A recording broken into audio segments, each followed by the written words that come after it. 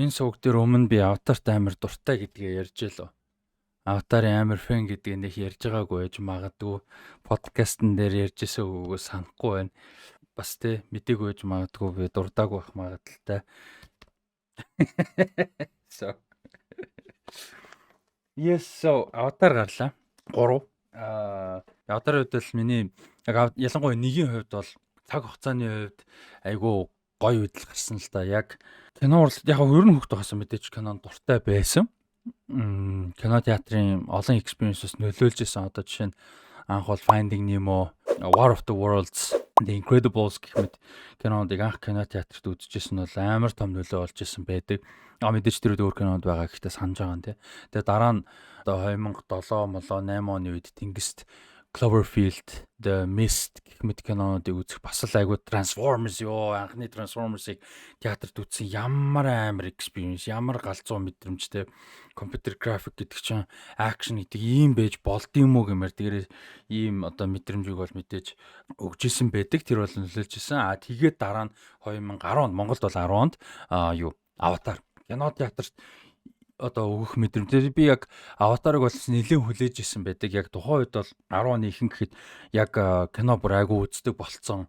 Зорж үздэг, торренталж айгу үздэг. Тэгээ бүр ийм яг тэр нэг сонирхол хобби бүр яг ид явж исэн ийм цаг үе байсан. Тийм учраас Аватар бол би 2007 8 онд анх Project 808 ч үлээ тийм нэг нэр 808 билээ 880 маячлуучлаа. Нэг тиймэрхүү нэр мэртэй project анх байсан санагдаад байна. Тийм андуурж мад Алитагийнх байсан байж магадгүй шүү. Гэхдээ тийм нэг тиймэрхүү project нэртэй байсан. Working title гэдэг шүү дээ. Тийм байхад наах олж мэдээ. Джеймс Камеронд бол би мэдээж маш дуртай миний шүтэг мундаг гэж боддог уран бүтээлчдийн нэг Terminator 1 2 True Lies-ыг хүмүүс мартчихад байдаг. True Lies бол үнэхээр супер satire action comedy кино байгаа. Тэгээд The Abyss гэж маш содон кино байна. Тэгээд мэдээж Titanic байна тий. Тэгээд юуны хувьд бол Джеймс Камероны хувьд бол миний бас мундаг хайрладаг уран бүтээлч учраас шинэ бүтээлийг нь тэгээд тухайн үед айгүй хүлээжсэн. Тэгээд тухайн үед ямар яриа гарчсан гэхээр Аватар гэдгийг бол ингээд бүр 90-ад оны ихэр бол одоо ингээд санааг нь бодсон юм кино. Тэгээд тухайн техник хөгжил кино урлагт холбоотой одоо хэрэгжилж болох техник хөгжил бол хангалттай хөгжөөгүй байсан учраас бол одоо ягаагүй хийгээгүй. Тэгээ одоо ингээд цаг нь болсон ингээд хийж байгаа гэд айгүй тийм хүлээлт бас өндөр болгож исэн. Тухайн үед жүжигчдийн бүрэлдэхүүнээс бол ганц хүлээлт үүсгэж исэн Sigourney Weaver байсан. За ганц биш юм да гэхдээ гол гэж хэлвэл зөв болох байх тийм. Sigourney Weaver-ийн хувьд бол одоо Alien franchise-аараа одоо алдартай sci-fi queen гэж хүртэл Hollywood-д нэрлэдэг юм домогч жүжигчин шүү дээ. Тэгээд Мишель Родригес байгаа нь гоё байсан. Мишель Родригес мэдээж Fast and Furious-аар хүмүүс маш сайн мэднэ. Resident Evil 1-ээр бас хүмүүс мэдэх бах. За тэгээ Zoe Saldana байсан. Zoe Saldana-гийн хувьд бол одоо Монгол үзэгчд бол тухайн үед энэ одоо Америкт 2009 онд гараа Монголд 2010 оны 1 сард гарч байгаа шүү дээ. Тухайн үед юугаар мэдчихсэн бэ гэвэл хамгийн хүмүүсийн таньд Terminal киноны туслах дүр гэдэг Диего Лунагийн дүр хин хоёр Zoe Saldana хоёрын дүрийн тэр романс хөөрхөн ерөн Zoe Saldana-гийн дүр айгу гоё туслах дүр байдаг. Сайн анзаарах юм бол Spielberg-ийн юунд Terminal кинонд бол маш олон гоё жижигхэн дүрүүдийг бүтээсэн байдаг. Тэгээд бас үзээгүй бол үзээрээ үзээгүй удаж байгаа бол бас дахиад үзээрээ хэлчихье. Тийм тэгээд ийм одоо жүжигчдийн бүрэлдэхүүн бол байх хувьд л байсан. Тэгээд Sam Worthington бас айгүй сонирхолтой одоо Jake Sully тоглож байгаа гол дүр шүү дээ Аватарын тийм. Jake Sully-гийн дүр тоглолтог Sam Worthington айгүй сонир 2009 онд яг 3 том кинонд тоглосон байдаг. Миний хувьд бол тийм амар сүртэй мондог жүжигчин бол биш. Jake Sully-д үнэхээр гоё таардаг би тэрэнд нь бол хайртай. Гэхдээ бусдаар бол яг үнэндээ тийм амар сайн жүжигчин биш ээ. Гэхдээ яг 2009 оны 2 юм байна. Тэгээ 2010 оны 1. Яг энэ 3 кинонд айгүй садан таарсан юу гэдэг гэхээр за эхлээд Terminator Salvation. За өргөө кино театр одоо бидний мэдж байгаа орчин үеийн өргөө хуучны биш те. Яг орчин үеийн өргөө кино театр бол 2009 онд яг анх нээлттэйсэн гадаад кино Terminator Salvation байсан. Christian Bale, Sam Worthington хоёртой. За Sam Worthington-ы дүр болохоор өөрийгөө бүр ингэ жинхэнэ хүн шиг юм шиг хийцэн өөрийгөө хүн гэж бодож байгаа мөртлөө actual одоо робот байж таардаг те. Одоо cyborg гэх юм. Тим дүр байдаг. Тэгэхээр одоо хүн шиг робот шиг юм айлалныхан те. Тэгээ Аватар дээр болохоор мэдээж хүн байж байгаад сүлд юу болж байгаа. Одоо Нави болж байгаа шүү дээ. Тэгээ яг бүтэн одоо хоёрж байгаа. Тэгээд дараа нь Clash of Titans дээр Clash of the Titans дээр яг 10 онд юм л 9 онд эсвэл бүр perfect. Clash of the Titans дээр Perseus-т тоглодог. За Perseus бол одоо мэдээж бурхан хүн хоёрын хүүхэд буюу demigod гэдэг. Гэтэ ингээд юм харин робот бурхан гэсэн юм хагас юу тэгээ нөгөө талтай хүнтэй ийм 3-4 тогсон байдаг. Тэр бас тухайн үед айгу сонирхолтой тийм нэг юм байдаг. Тэгээд за ер нь аватар эхний аватарыг ярьж байгаа шалтгаан юу гэхээр миний хувьд яг ийм цаг үед таарсан. Тэгээд аватарыг бол бүр үнэхээр шүтэж бишэр гэж үзчихсэн. Би анх гарахт нь бол 20 удаа 22 23 гэж санаад байна. Удаа кино театрт үзсэн байдаг. За яг одоо мэдээж сонсоход бол тэр галзуу солиот юм шиг сонсогдох бах. Тэр үед мэдээж одоо younger байсан учраас илүү залуу гэхэр монголоор сайн сонсогддог. Тэ залуу мөртлөө younger гэхэр арай жоохон байсан. Жоохон гэхэр би хүүхэд байгаагүй. Whatever. Тийм. Younger байсан учраас цаг зав мэдээж илүү их байсан. Дуртай юмдаа цаг заваа зарцуулах нь илүү байсан гэдэг ч юм уу тийм зүйлээ. Тэгээд бас кино театрт кино үзэх одоо үн зардлын хувьд бас арай боломж юм. Яг Монголд ер нь хямдхан шүү дээ. Хаа очиж хямдхан шүү. Харьцуулахад бол боломж юмтай Монголд бол.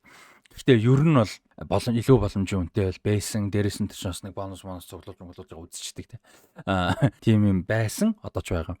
Тэгээд тийм учраас олон удаа үзсэн байдаг. Дараа нь 2011 онд өргөө нэг кино театр одоо юу яасан? 3D бол одоо технологитой болсон. Тэрний дараа аватарыг яг 3D-гээр дахиж гаргасан байдаг. Тэгэхэд нь яг 7 хоног гарсан. Би санагдаад байна. Тухайд өргөөд ажиллаж байсан хүмүүс юм уу дистрибьюторууд л илүү нарийн мэдвэх зүгээр. Миний санаж байгаа яг 7 хоног гарахад нь би яг 7 үзсэн санагдаад байгаа байхгүй. Тэгээд тэр бас айгүй гоо экспириенс байдаг. Хэрвээ би тэгээд зүгээр хам дурсамж гэдэг чи айгүй санаж олон жил болоод ирэхээр зарим нэг зүйлүүдийг буруу сандаг, зарим нэг зүйлүүдийг детал нь ингээд зүгээр сансан санаагаар жоох ингээд өөр болоо авчдаг ч гэдэг ч юм уу зарим жижиг сажиг зүйл тэгээ би яг 30 үтсэн юм шиг санагдаад байгаа зүгээр яг боддоор үн тэр нүгөө сайн мэдэхгүй байна. Тэр хавцаа ямар ч 20 гол гараа утсан байх хэвээр тийм. Тэгэд энэний гол юм яг яагаад тэр юм гэхээр одоо чинь аватар одоо юу гэдэг Godfather те загалмаас эцэг 1-2-оос илүү кино мэдээж үгүй те. Гэхдээ би яг загалмаас эцэг 2-ыг яг 20-30 үзэхгүйг л мэдээж үгүй те. Яг одоо ч ямар ч кино 20-30 үзэхгүй л те зүгээр.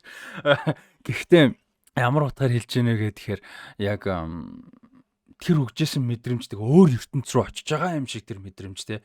Яг тэр дэлгэцээр авч болох бүр ингээд тулцсан мэдрэмж юм шиг надад бол санагдчихсэн тийм мэдрэмж өгчсэн тийм ч учраас маш их хартай. Тэгээд 2010 онд анх үзчихээ л. За тэгээд тэрнээс хойш 10 он гэдэг чинь хизээ вүлээ. Тэгээд дараа нь 2 дугаар анги гарахад бол миний амьдрал хорвоо дэлхийн ертөнцтэй ингээд бүх юм маш өөр болсон байж байгаа шүү дээ 22 онд тийм.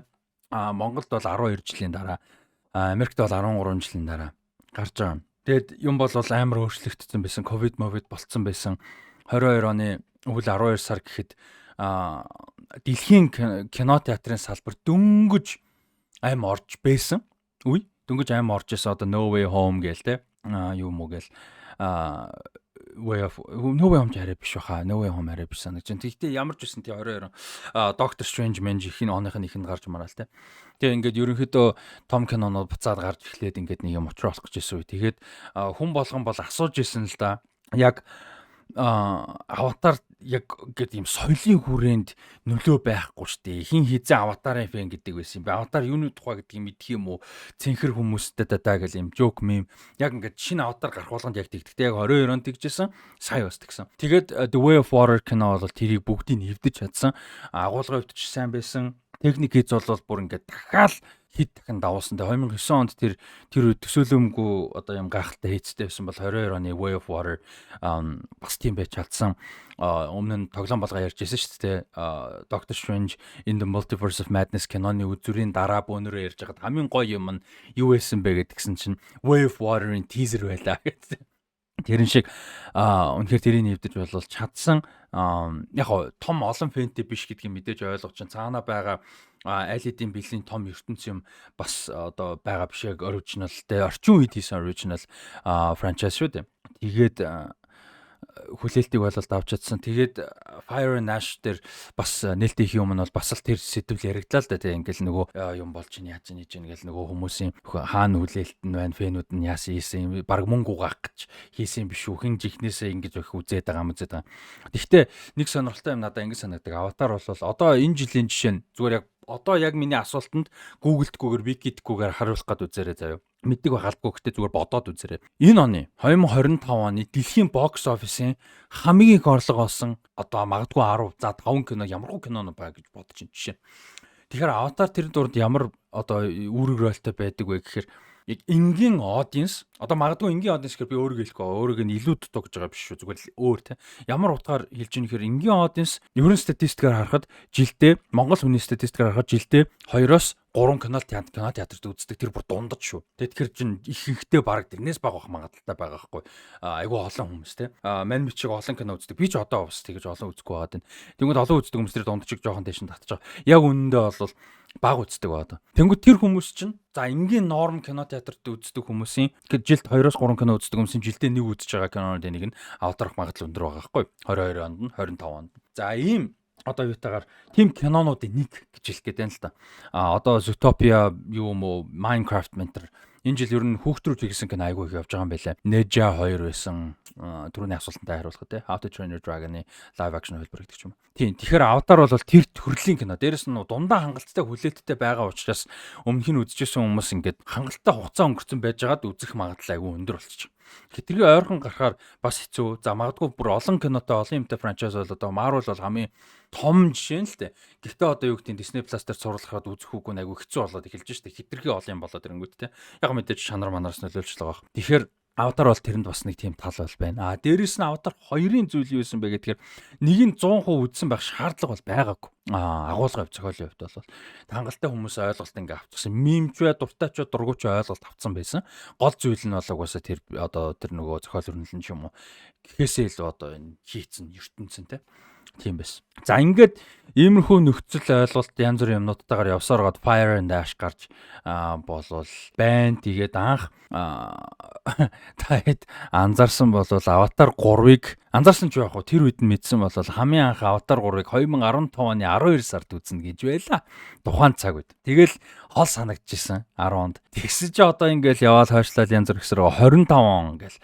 Тэгэл 25 он гэхт нь үдчихлээ. Айгу сонирн байна. Тэгээд аль биесээр бол одоогоор яг дараагийн 2 ангид 4 5 гээд 5-аар дуусна гэдэг юм төлөвлөгөөтэй байгаа гэж байгаа. Тэгээ хэрвээ яг амжилттай одоо энэ 3-аас айгүй хамааран санхүүгийн амжилтаас нь хэрвээ 3 амжилттай бол хийхэр болох юм бол 29 31 оны 12 саруудад гарна гэдэг юм төлөвлөгөөтэй байгаа юм бэлээ. Тэгээд сая Джеймс Камероноос бол нэг сэтгүүлч асуусан те амьдралынхаа гэж хэлээгүй л дээ зүгээр сүүлийн 30 жил гэдэг утгаар те.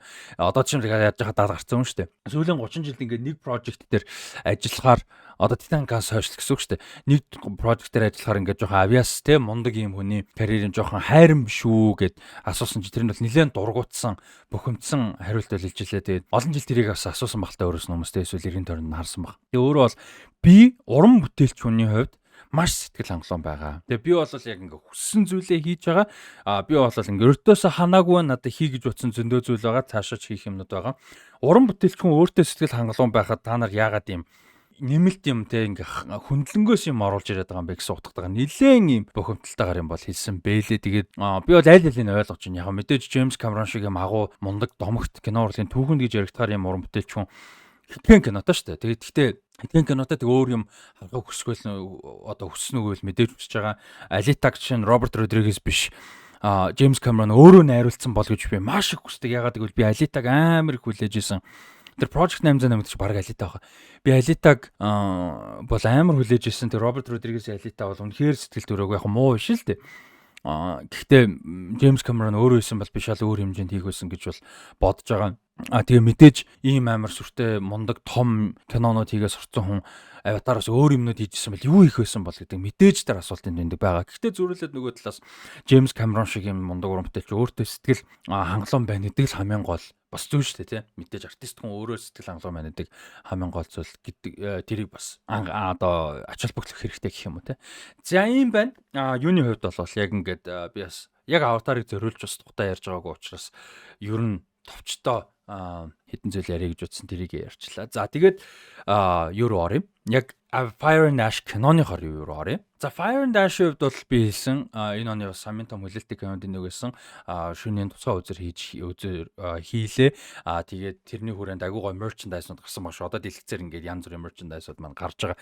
Энэчнээс худалдаж авч авах боломжтой, захиалж авах ч одоо цаашдаа бас боломжтой байх юм шүү. Тэгэхээр манай Instagram эсвэл Facebook-оор холбогдох боломжтой. Rusty Talks гэдэг Facebook хуудас эсвэл Rusty Ryan 7 гэдэг Instagram-аар холбогдох боломжтой. За юуны үзэр хувьд бол нэг юм сонирхолтой зүйл байсан. Юу вэ гэхээр Laser IMAX гэдэг байгаа шүү дээ. Өргөө нэгэн өргөтгөлтэй. Laser IMAX дэлгэцээр нэг өөр форматтай. Shangri-La дээр байдаг IMAX-аар нэг өөр форматтай гарч байгаа юм байна. Дэлгэцээс нь хамаарат, технологиос нь хамаарат. Тэгэнгүүт Laser IMAX дээр 48 фреймтэйгээр гарсан. High frame rate тэ HFR гэж ярьдаг. High frame rate хувилбар гарсан. 48 FPS-тэй энгийн киноноос 2 дахин их гэсэн. Юун дээр бол 24-тэй тэ яг 23900 хэдчихлээ яг нарийн ярил. Тийм байдаг. 23900. Тиймээрээ гарч байгаа юм байна. Тэгээ бид нар бол сая Laser IMAX-аар үзсэн өндөр frame rate-тэй үзсэн. Одоо дараа нь тэгж жагаад юугаар үзье гэж бол бодож байна. Shangri-La IMAX дээр үзье гэж яг ялгаа мэдгэцэн уус амар мэдгэцгэж байх нь ойлгомжтой. Зүгээр мэдрэмжид тэр нөлөөлөх үү гэдэг айгуу санаа. Энэ орчин үеийн том блокбастер кинон дэр нэг ийм асуудал юун дээр гарчсан. Hobbit дээр гарчсан. 12 онд гарсан тий. Hobbit ихний кино Unexpected Journey. Тэр бол 48 FPS-тэйгээр том дэлгэцүүдээр гарч ирсэн байхгүй. Монгол тэгж гараагүй. Ягаад тэгэхээр тухайн үед IMAX-ийн дээр байгаа 12 мөн үү? 14 5 хизээ хэлээ. Мэдгүй. Ямар ч зэн тэр. Тухайд байгаагүй. Тэгээ Монголд бол тухай зүгээр 24-оор гарсан гэсэн.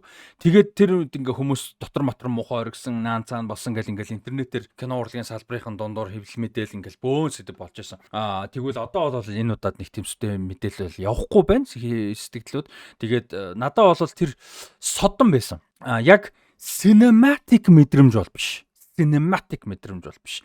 Бичлэг үзэж байгаа юм шиг. Гэхдээ муу утгаар бас биш байхгүй. Энгийн нөхцөл төр бичлэг үзэж байгаа юм шиг гэхээр одоо cinematic гэдэг нь илүү гэсэн юм ойлголттой шүү дээ. Энэ дэр бол яг тийм утгаар зүгээр хэв маяг мэдрэмж нь гэх юм уу.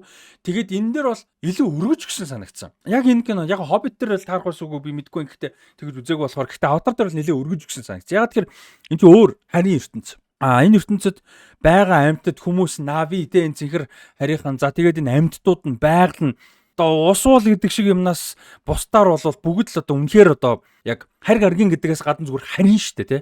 Айгу юм хийцэн. Тэнгүүт тэрийг айгу жинхэнэ болгосон мэдрэмж өгч байсан. 48 одоо frame rate-ээр үзэнгүүт HFR-оор үзэнгүүт айгу содон тийм гоё мэдрэмж бол байсан л да. Тэгээд бихт ямар ч сан яг cinematic хувилбараар буюу 24 FPS-ээр би үзье гэж бодож байгаа. Тэрийг хэрвээ хоёр үзсэн бол та сэтгэлээ хуваалцаарай. Laser дээр үзээгүй бол laser дээр үзсэн бол ялангуяа сэтгэлээ бас хуваалцаарай. Тэр бас айгүй сонирхолтой санагдаж байна. За энэ киноны хувьд болохоор нэг ийм сонирхолтой агуулга зохиол талаас 3 ийм 1-р 3 дахь кино 2-р тийм 3 үүрэг маягийн баг энэ кинонд яг зохиолын. 1-р тийм трилогиг дуусгах гэдэг нэг зүйл байна. Нэгдээр ихэлсэн зүйлийг тодорхой хэмжээнд дуусгах гэдэг нэг юм ба. Хэдийгээр 4 5 гэж зарласан байгаа ч гэсэн James Cameron өөрөө хэлсэн шүү дээ. 4 5 гэдэг хийгдэн гэдэг нь ерөөсө баталгаа байхгүй. 2 буюу Way of Water тэгээд одоо энэ Fire and Ash гэсэн хоёр киног бол зураг авалт нь хамт явсан, post production тустай явсан. Тэгээд хэрвээ 4 одоо энэ 3 амжилтгүй болоод хангалттай магадгүй амжилтгүй болоод 4 5 хийхдгээргүй болох юм бол нэг юм ном гаргаад дутуу гэж бодож байгаа ганц хоёр зохиолоо дуусгачнаа гэдэг юм яриа болж гисэн өөрөө бол өгсөн. Тэгэнгүүт эн чинь бас нэг утгаараа трилогиг дуусгах шаардлага байна. Нөгөөтг нь хоёрын төгсгөл, хоёрын одоо emotional impact тэр одоо юм хүнд сэдв байгаа. За би одоохондоо спойлергүй ярьж явандаа спойлертай ярина. Хүнд сэдвийн юмнуудыг үргэлжлүүлэх магадгүй дуусгах эсвэл нөлөөг нь дуусгах бас биш юм да. Нэг юм нөлөөг нь мэдрүүлэх гэсэн юм байна.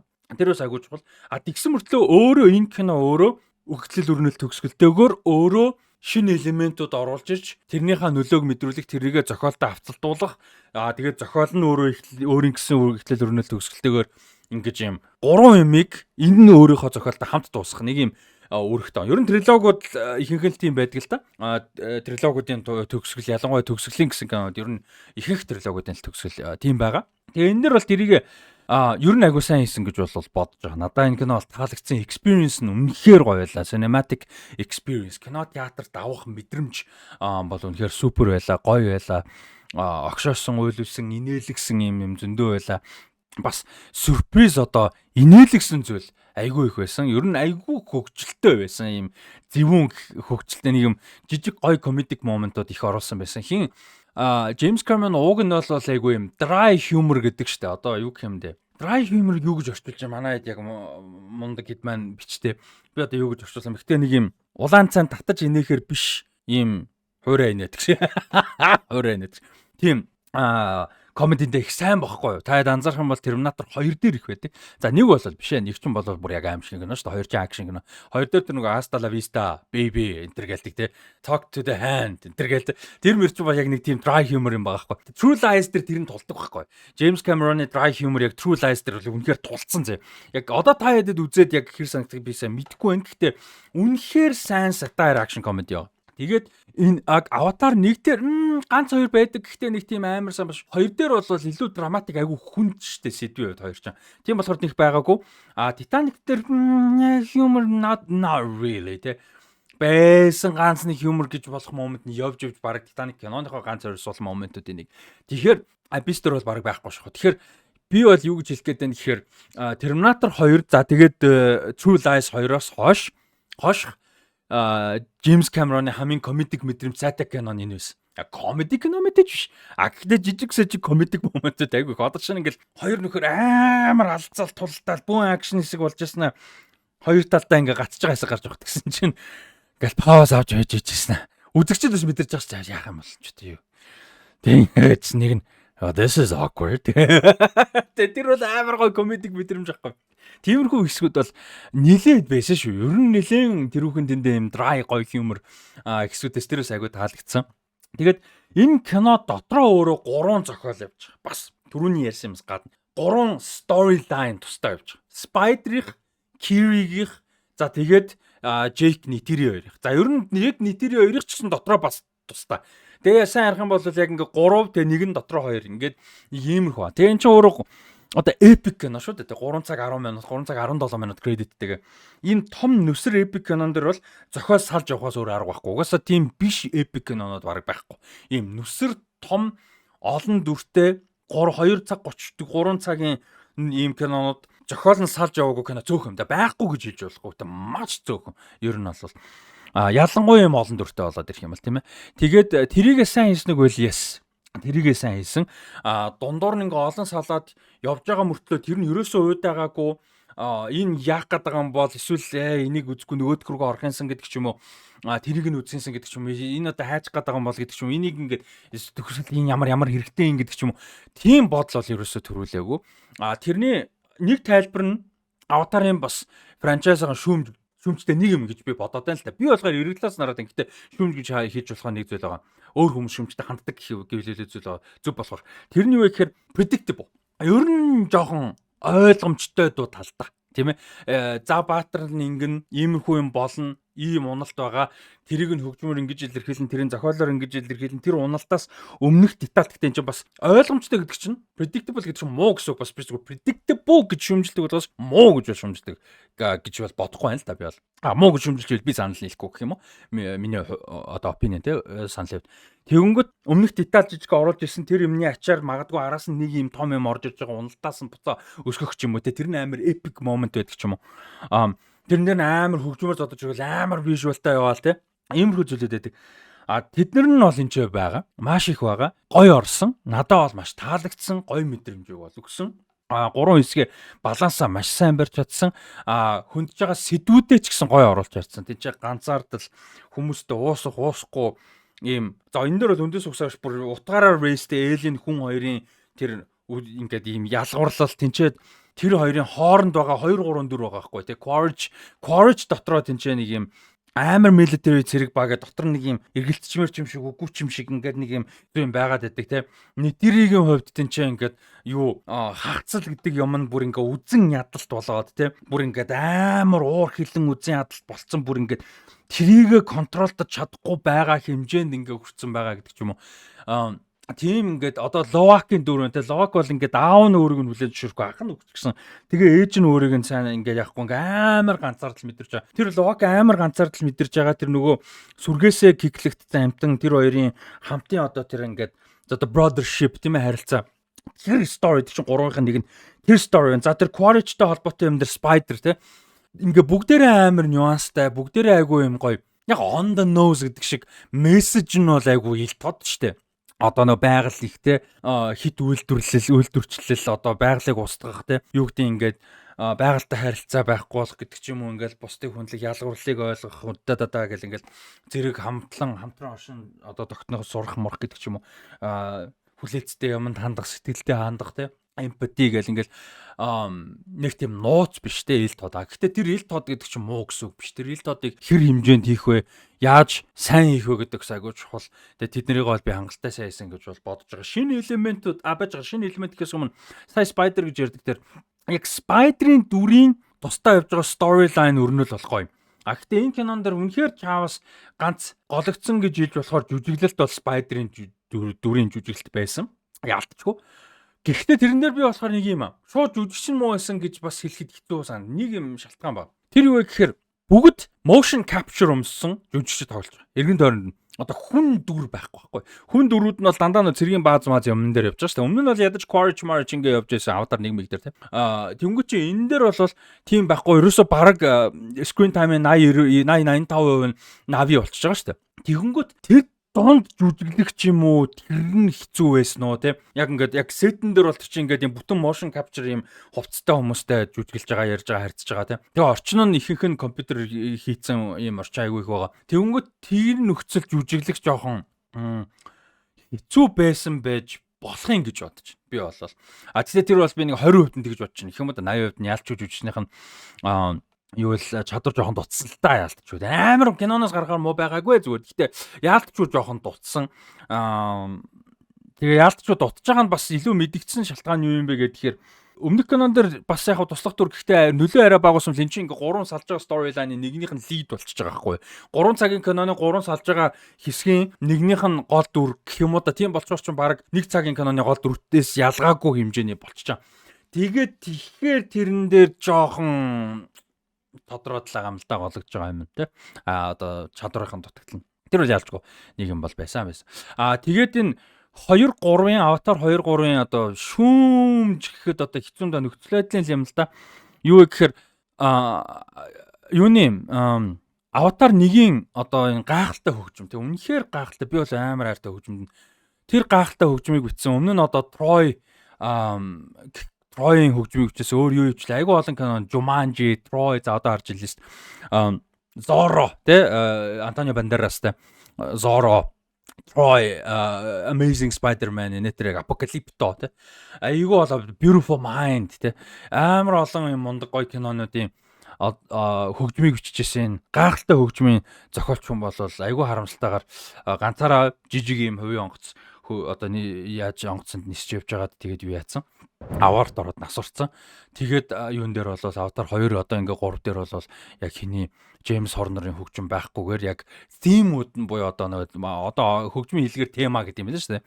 Theme-үүдийнх нь одоо үндсэн аюудыг бол яг Джеймс Хорнерынхоор үлдээгээд тэгээд нэмж score-ыг бол одоо Simon Franklin гэж хөгжмийн зохиолч уран бүтээлч бол юу яаж байгаа ажиллаж байгаа. Тэгээ Simon Franklin-ийн хувьд бол яг энэ Way of Water тэгээд Way of Water шоучлаар ихний Avatar дээр бол яг одоо James Horner-ын доор туслахаар бол угаасаа ажилласан юм бэлээ score-ууд дээр нь. Тэгэхээр яг тэр одоо мундаг хүнтэй хамт ажиллаад доор нь ажиллаад туслаад яг бүр яаж яхад яг Avatar-ынхаа юун дээр project дээр ажиллаж исэн учраас яг л үргэлжлүүлэх зөвлөх нь байсан байгаа юм л да. Гэхдээ шүүмжлэхэд хэцүү гэж яриа эхлүүлсэн нь болохоор Джеймс Хорнер маань байсан ч болоосой гэж бодож байгаа юм байгаа байхгүй. Одоо жишээ нь Transformers-ийн миний бас агуу дуртай минь хөгжим. Хэдийгээр франчайзын сүлдө утгаа алдсан ч гэсэн эхний 3 ялангуяа эхний 3-ын хөгжим бол маш гоё. Хин Стив Яблонский гэдэг хөгжим зохиолч гурвангийн дээр ажилласан байдаг. 4-5 дээр ажилласан үгүйг сайн мэдгүй байна. Эхний 3 дээр кинон суулсан ч одоо 2 бол маш муу кино шүү дээ. Revenge of the Fallen бол маш муу кино, бүр үзхийн аргагүй кино. Гэхдээ л хөгжим нь гоё. Хэд хэдэн айгуу гоё аяа байдаг. Жишээ нь тэр ертөнцөөгөө гэж хэлж болохоор. Тэгэхээр зүгээр эн чинь ингээд юм ертөнц бүрдүүлж яхад хөгжмийн зохиолч бол маш чухал. Одоо хамгийн бурханлаг жишээ бол мэдээж John Williams болон Star Wars тэ. Тэгээд энэ дээр бол одоо James Horner маань байсан ч болоосоо гэж би 2-ыг үзэж явахдаа бодож байсан, 3-ыг үзэж явахдаа ч бодож илаа. Тэгэл амар epic action хэсгүүд нь ч юм айгүй юм гонигтай хэсгүүд нь ч юм уу emotional хэсэг нь тэ. Ийм гоё magicalтэй элб шидний гэмээр юм гоё гариг байгалыг нь онцолж харуулсан юм гоё хэсгийнх нь хөгжим энэ төр гэл тэдний яг гоё тиймүүд нь яг л Джеймс Хорнер л явж илээ л дээ. Тэгэл тэр болгонд амар сэтгэл хөдлөл харамсаал байсан. Яалч ч тэрийг бол бас юу яхаа аргагүй. Нухай аргагүй айгу харамсалтай болол яалтчгүй санагдчихсан. За тэгээд жоохон спойлери сэтгэл рүү орё гэж бодчих. Жоохон спойлери. Бүр амар нарийн том юм спойлдохгүй зүгээр өмнөх 2 кино гэхдээ үтсэн байвал зүгээр ах гэж бодож чинь. За энэ киноны хувьд шүү дээ. Ийм байсан. За бас нэг спойлер юм нэх биш юм байна. Эхний энэ өгүүлбэр. Юу гэхээр хоёрыг би түр хэлсэн. Заавал нэгийг үтсэн байх шаардлагагүй гэж хэлжсэн бол энэ дээр Fire and Ash-ыг ер нь эхний хоёрыг үтсэн байх хэрэгтэй санаа. Ер нь л эхний хоёрыг. Emotional impact, эхлэлийн emotional impact-д зориулж хоёрыг үтсэн байх хэрэгтэй. Төгсгөлд зориулж нэгийг үтсэн байх хэрэгтэй.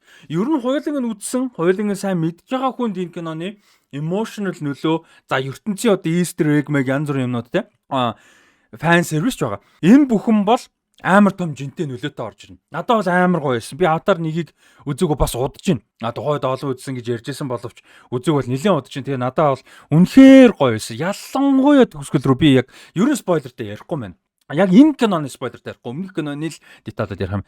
Үнэхээр гоё. Бүр амар баярлсан. Бүр үнэхээр гоё. Дундуур нь ч гэсэн гоё гоё ийм нэг юм гоё эпик хэсгүүд бас байсан. Яг өмнөх хоёр киноны деталуудаас орж ирсэн гоё хэсгүүд. За тэгээд эргэж ирж байгаа жүжигчд ч гэсэн байгаа. Тэр бас айгүй гоё байсан. Эргэж ирж байгаа дөрүүд бас айгүй гоё орж ирсэн. Эдгээр том дөрүүд биш ч гэсэн орж ирж байгаа нь амар гоё хайр үргэсэн. Гоё санагдас одоо дурсамжтай буюу ностальжик мэдрэмжийг төрүүлсэн юм гоё хэсгүүд бол байсан. Эхлэл хэсэг болвол одоо гол emotional impact ч гэдэг сэтгэл зүйн нөлөө жин гэх юм уу хагцал тийм ээ.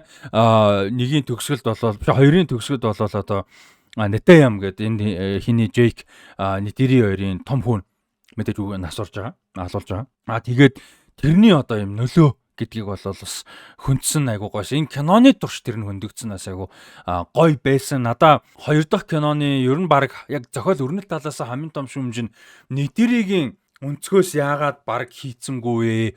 Nitiri-гийн оролцоо. За нөлөө биш. Оролцоо айгүй бага байсан. Тэгээ ялангуяа болж байгаа үйл явдлыг бол бодгоор Nitiri-гийн оролцоо илүү их байх хэрэгтэй байсан юм шиг бол санагдчихсан мэдрэмж байсан. Тэрийг энэ дээр тодорхой хэмжээнд засна уу гэвэл зассан. Гэхдээ л Nitiri-гийн яг тэр emotional story arc өрнөл хангалтгүйс байсан байгаа. Нэгийг одоо хоёр дахьыг бодоод хамаагүй дээрсэн. Гэхдээ хангалттай байсан уу үгүй гэж бодож байна. Nitiri-гийн ямар талуудыг харуулсан гэхээр дайчин мундаг одоо хүчрэг эмхтэй ямар мундаг дайчин гэдгийг дээрээс нь өөрийнхөө харж байгаа зүйл хитрхээ сохорцсон байна. Тэг хитрхээ үзэн ядалт уур хилэн хагцалтаа сохорсон тэрнээсээ болж хийж байгаа үйлдэлүүд нь харж байгаа үнцэг юмнууд нь буруу гэдгийг ухаарж байгаа гэдгийг харуулсан нь гоё байсан. Тийм ч учраас угаасаа л хоёроосоо илүү байсан л та. Гэхдээ би магадгүй одоо миний үсэж байгаа зүйл бол баг Jake биш. At this point те энэ цаг мөчөд бол энэ зохиолын энэ цаг мөчөд бол за эхний хоёрыг ойлголоо гэхэд гурав дээр Nitiri баг гол дүр болчмаар санагдаад байгаа байхгүй Jake биш. Надад бол баг тэгэж бодогдсон. Тийм учраас миний хүлээлтэнд хүрээгүй гэдэг л утгаараа хэлээд байгаа. Түүнээс ч хоёр дээр байсан сул талууд бол зассан л да. Тэр бол гоё байсан. Тэр буцаж эргэж ирж байгаа деталь юмнууд гоё байсан. Өмнөх ертөнцөөс оруулж ирж байгаа деталууд гоё байлаа. За шинэ зүйл гэх юм бол одоо Варан гэж дүр орж ирж байгаа тий. Варан гэж дүр бол айгу гоё дүр байсан. Мангван гэдэг нөхдүүдийн тий. Галтуулын доор байдаг нөхдүүд тэг хүүхд багтан галтуул одоо хамаг юуг нь тусганыг нь овгийг нь баг устгаа ицсэн те тэрнээс болоод энэ гал гэдэг зүйлийг шүтэ бурхан бол энэ юу гэж бол байхгүй юм байна те одоо энэ Эйва гэж одоо энэ Пандора одоо сар дагуултай энэ чинь гаргийн дагуул Пандора дагуулын бол одоо за гаргийн гээ ярьчихэд ярахад амархан те мөн гэж ярихаар бүр сар болчиход сар окей Пандора сарны одоо гол амин сүнснийг юм байгаад байна шүү дээ. Тэгээ тэрийг болол одоо байхгүй гэж энэ байсан бол яагаад ийм бид нар тохиолж байгаа юм бэ гэдэг юмар бол галыг шүтэж ингэж гисэн ба тийм. Тэгээ амар юм бол. Тэгээ энэ дүр бол айгуу гоё байсан. Яг үндсэн том эсрэг дүрхэд бас хэцүү. Гэхдээ эсрэг дөрүүдийн нэг айгуу гоё. Una Chaplin үнэхээр мундаг байлаа. Una Chaplin энэ дүрийн ард алга болцсон гэхдээ Una Chaplin мэдэгжсэн гэх юм уу жүжиглэлт мундаг мэдэгжсэн гэх юм уу. Үнэхээр гоё байсан. Энэ дүрийг одоо айгуу тийм зөвүүн нюанстай дүр орж ирсэн гэж хэлэх гээд байгаа байхгүй. Тэгээд энэ хин хоёрын Nitiri энэ хоёрын нэг юм хоорондын нэг юм зөвүүн зөрчил хагарал байгаа. Цөөхөн тэр нь илүү их байсан бол надад бүр гоё сан. Тэр нь ер нь Nitiri гол дүр байгаад Варан үндсэн гол эсрэг дүр байгаад энэ хоёрын энэ зөрчил хагаралтай энэ дээр бараг суурилсан болвол Jake тэгээд Courage 2 үүрэг рол нь жоохон багасаад те. Ингэсэн болвол надад гойсон. Яг тэгэхээр Jake Courage 2-ын юм бол одоо бас л түрүүний хэлж шиг at this point энэ цаг мөчид зохиолын хувьд энэ цаг мөчид жоохон үлэг болоод эхэлж байгаа байхгүй. 3 дахь удаага тулж штэ энэ хоёр те. Яг гоо тэрийг зохиол нь өөрөө мэдж байгаа учраас жоохон комедик болгож тулгасан ч юм байгаа, комент болгож хэлсэн ч юм байгаа, мэдээж байгаа, тэрийг мэдж байгаа. Зохиолч нь Джеймс Камерон болон зохиолч нь. Гэхдээ Evolution явагдаад нийтээрээ дээр Варан орж ирээд энэ хоёрын хоорондын эсрэгцэл одоо сөргөлдөөн. Тэгээ emotional талаасаа дээрэс нь энэ хоёр яагаад хоёр юмыг хоёр өөр өнцгөөс харж байгаа вэ гэдгээс нь. Дээрэс нь хүн биш хоёр дөр байхгүй. Хоёулаа Нави. Шал хоёр өөр кланы, хоёр өөр өнцгтэй, хоёр юм одоо мундаг хоёр юмтай байгаа байхгүй. Тэгээ тэр өнцгөөс нь илүү зохиол нь явсан бол айгүй гоё юм шиг санагдсан. Надад бол зур бодож яг байгаа нь бол окей. Гэхдээ тийм байсан болоосоо гэж яалтчгүй ингээ боц. Ягаад тэгэхээр Рафаэл Варан гэдэг шүү дээ. Варанны дүр амар таалагдсан. Үнэхээр гүйлээс амар зөвүүн байна шүү дээ. Одоо зүгээр бодоод үзэлтэй. Эн чинь PG-13 кино тий гэр бүлэрээ үздэг кино. Тэгэхэд энэ дээр энэ кинонд орчсон овоо эдэн хөргөн хараал хэлээд амжлаа. Тэгээ яагаад хараал хэлэхдээ автоматар сайн кул гэсэн мэдээж биш ч гэсэн нөхцөлдөө тааруулаа зүг ашиглах гоё шүү дээ. Энэ бол яг гоё нөхцөлдөө гоё үед тааруулсан. Нэг амар гоё holy shit байсан. Жишээ нь бүр тэр бол амар инээдтэй мөч байсан. Тэр яг ингээд нөгөө хараалч юм уу хэтрүүлэг ч юм уу одоо sensual сэдв гэж байна шүү дээ. Sensual эсвэл action ч юм уу хүчирхийл янз бүрийн тий. Яг тийм янз бүрийн одоо PG-13 гэдэг юмд ордоггүй ч юм уу. Тийм одоо тодорхой хэмжээнд эмзэг хэтрүүлэн болбор эмзэг цаашаа болох юм сэдв юмнуудыг яаж баланстай оруулах вэ гэдэг өөрөө бас айгүй хэцүү зүйл тий кино урлагт.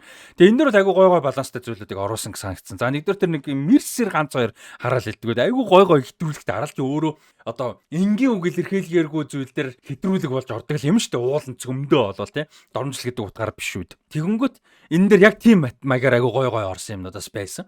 Ялтгүй ихэнх нь комедик мөч ер нь л харуул. Тэрэн дээр одоо жишээ нь энийг ярьж гисэн нь болохоор энэ Варан байгаа байхгүй. Тэгээ энэ Варан амар ferocious тийм юм хүчтэй юм тэгээ юу гэнэ гоё үг ferocious гэдэг нэг юм хүчтэй гэдгээс өөр гоё үг нэг тийм орж ирэх стал санагдаад байна л да. Тэрнээс өөр гоё үг байх ёстой юм шиг санагдаад байна. Гэхдээ зааж байгаа.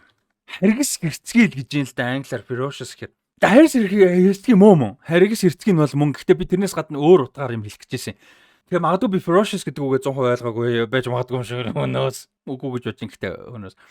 Тэгээд тийм зөвүүн эрттэй утганы эрттэй гэдэг шиг юм эрттэй хүчтэй нэг юм зөвүүн дүр байгаа байхгүй. Тэгээ ийм эмхтэй дүр хүчрэг байгаад юмыг бусад дүрийг бусад юмыг за юм гэж ялж байгаа нь энэ ч нөгөө юуг хайгаад юу хүсэж байгаа вэ гэдэг юм бас айгуу сонирхолтой зохиол дээр ба.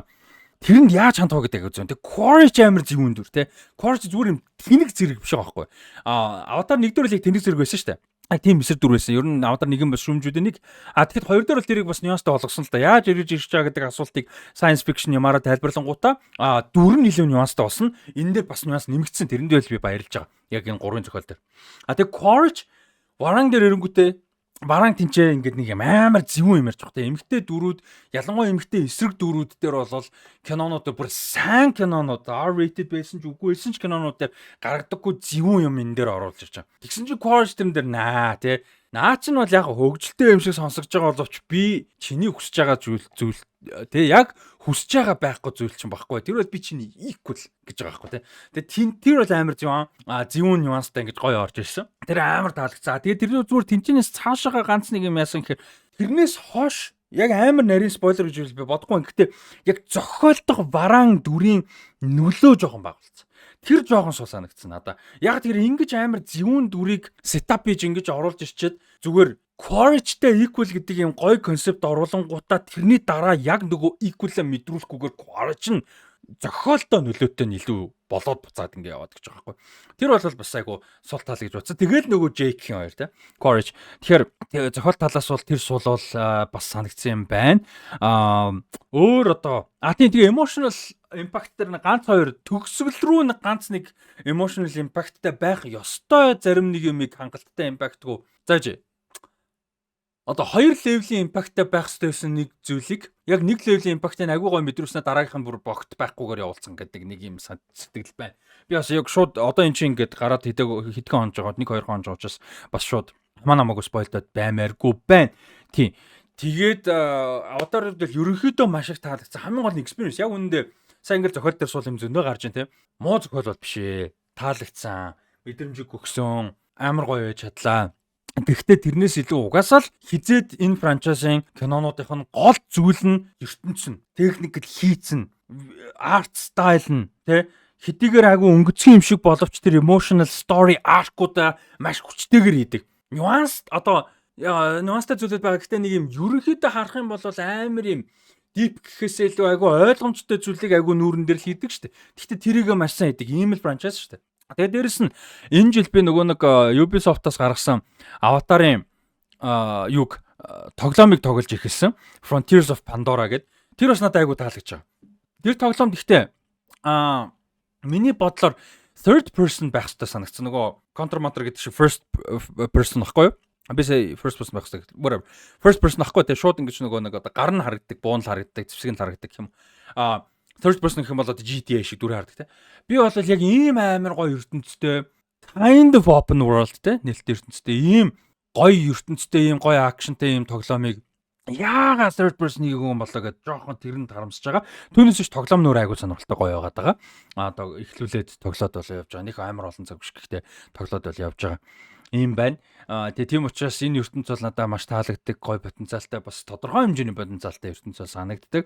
Гэхдээ нэг тийм амар зарим нэг франчайз шиг амар олон юм гараал ингээл мултимедиа бас болохоор бол биш тэр бол. Гэхдээ бас гоё санагддаг. Тэгээ дараагийн хоёр хийгдээсэ гэж хүсэж байгаа юу үгүй юу гэдэг бол айгүй сонирн асуулт. Миний хувьд бол бараг номороо дуусгач маарч юм шиг.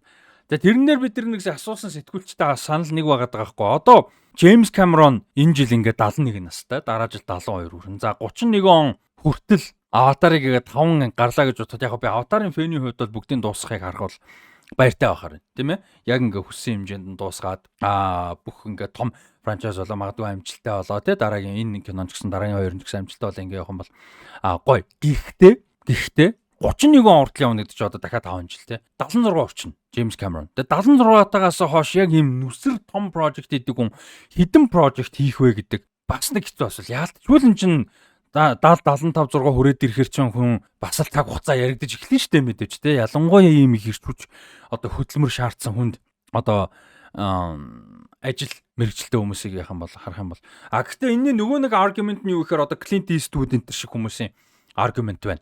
Юу гэхээр Clint Eastwood одоо хүртэл кино хийсээр байна. Одоо хүртэл кино найруулаад одоо хүртэл кино зохиолч хичээл найруулагч чигээл явчихна. 95 настай хүн шүү дээ. 95 настай хүн одоо хүртэл кино хийгээл явчихна. Зөндөө туранхай жижигхэн өвөө болцсон байлээ. Тэгээ тэр нөгөө нэг юуны билээ нэг behind the scenes гэдэг нэг юм нөгөө том студиуд чинь нэг дор ингээм амар олон кино project зэрэг явж байдаг шүү дээ. Тэгээд хажууд Clint Eastwood ажиллаж гин гэдэг нэг ингээ ороод уулзаад яасан ч ингээ жижигхэн туранхай өвөө болцсон. Тэгтэл энэ хүн киногоо хийгээл явж байна 95 настай. Тэгээ Clint Eastwood зодог тайлцсан байсан бол яг уу гэдэг юм байна. Тэгээ хүн өндөр настай болоод ирэх тусам хүний дэх тусам мэдээж би физиологи эрүүл мэнд маш чухал те. Эрүүл залуудаа ялангуяа эрүүл байх тусам уртнаслаа. Гэхдээ тэрэн дээр нэмээд мэдээж сэтгэл зүй байхгүй. Сэтгэл зүй тарих толгой эрүүл байх тусам урт хугацаанд те эрүүл байхын тулд яг хэвээр ажиллах хэвээр байнга тархичуур болчин те байнгын ажиллаж байнгын өөрийгөө чаленж хийж юмд анхаарал хандуулж те ингэхгүй бол хөгшнөө мэдэх тусам хүнд бол улам хэцүү яг үнэндээ. Ер нь тэрний талаар ярьсан олон хүн байдаг шүү дээ. Тэгэхээр зөв яг Clint Eastwood шиг бүгд чадаагүй ч гэсэн зүгээр Clint Eastwood шиг гэж бодож жишээ авахд Джеймс Камерон бол яг үндэ 95 хүртэл кино хийх хүн. Тэр өнцгөөс бодох юм бол Аватараа дуусгачих. Тэ? Дуусах 4-5-ыг хийгээд дуусах 76 настай дууслаа. Fuck it хамаагүй дахиад 20 жилийн кино байна. 20 жилд Джеймс Камерон доорож 2 кино бол юм. Джеймс Камероны юугаар болол хийдэг хугацаагаар бол. Тэгэхээр би нэг зүгээр нэг ийм л юутай л байна л та. Сэтгэлдэлтэй л байна. Яг фэний хувьд бол мэдээж яг өргөжлөл надаа бол гоё. Гэхдээ мэдээж нөгөө талаас бас ярихад өөр юм хийх нь бол хармаар байна. Энэ агуурын бүтээлч. Тэгээ та хэд бас сан сэтгэлээ хуваалцаараа тэгээ Джеймс Камероны аль бүтээлүүдээс дуртай вэ? Тэгээ алийг үзээгүй вэ? Үзье гэж бодож байгаа бүтээл байвал үзээрэй. Агуурын бүтээлчүүд хэм бол Джеймс Камерон бол тэгээд анхны кинон Терминатор гэж боддог ус 82 оны Пирана уучлаарай. Пирана 2 гэж аимшиг киног бол найруулсан гэж кредиттэй явахаар болсон сүлд нэлээд сүлд. Тэгээ одоо жижигхэн би level horror аимшиг кино гэдэг жоохон аргуу кино. Тэгээ Терминатор гээд яг өөрийнх нь кино юм бол тийм ээ. Тэгээ Терминатор, Aliens, The Abyss, за дараа нь Терминатор 2 миний бүх цагийн хамгийн хайртай кинонууд энийг би амар гоё юм та хэдэд үзүүлээ заяа. Амар гоё юм үзүүлээ. Энийг бол заавал үзүүлэх хэрэгтэй яг Terminator 2-сэн дээр. Энийг үзүүлэхгүй байж чадсангүй. Steelbook cover гэж байгаа шүү дээ. Look at this. Сонсогддог постэр гэж мэдгүй та нар. Сонсогддог постэр гэдэг чинь юм шүү дээ. Сонсогддог постэр. Яа. Бас кино урлагийн түүхэнд миний хүүхэд насны 90-ад оны дэлхийн pop culture-ын хамгийн god level мөчүүдийн нэг шүү дээ энэ ч одоо. Яа.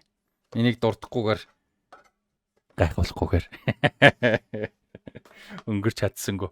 Тэгээд True Lies миний True Lies те. Бэмэрт True Lies. Сонирхолтой нь шүү дээ. Би True Lies-ыг юугаар мэдэж тоглож олж үдчихэд тоглож shit spoilчлаа гэж. Юугаар мэдэж үдчихсэн гэж тоглоомоор нь. Sega-ны True Lies-ын тоглоом бүр ёо за та хэд донд миний үеийн эсвэл надаас дээш юм уу? Яг True Lies-ийн Sega-ны тоглоомыг тоглож ирсэн хэдий сан сэтгэлээ хуваалцаарай заяа.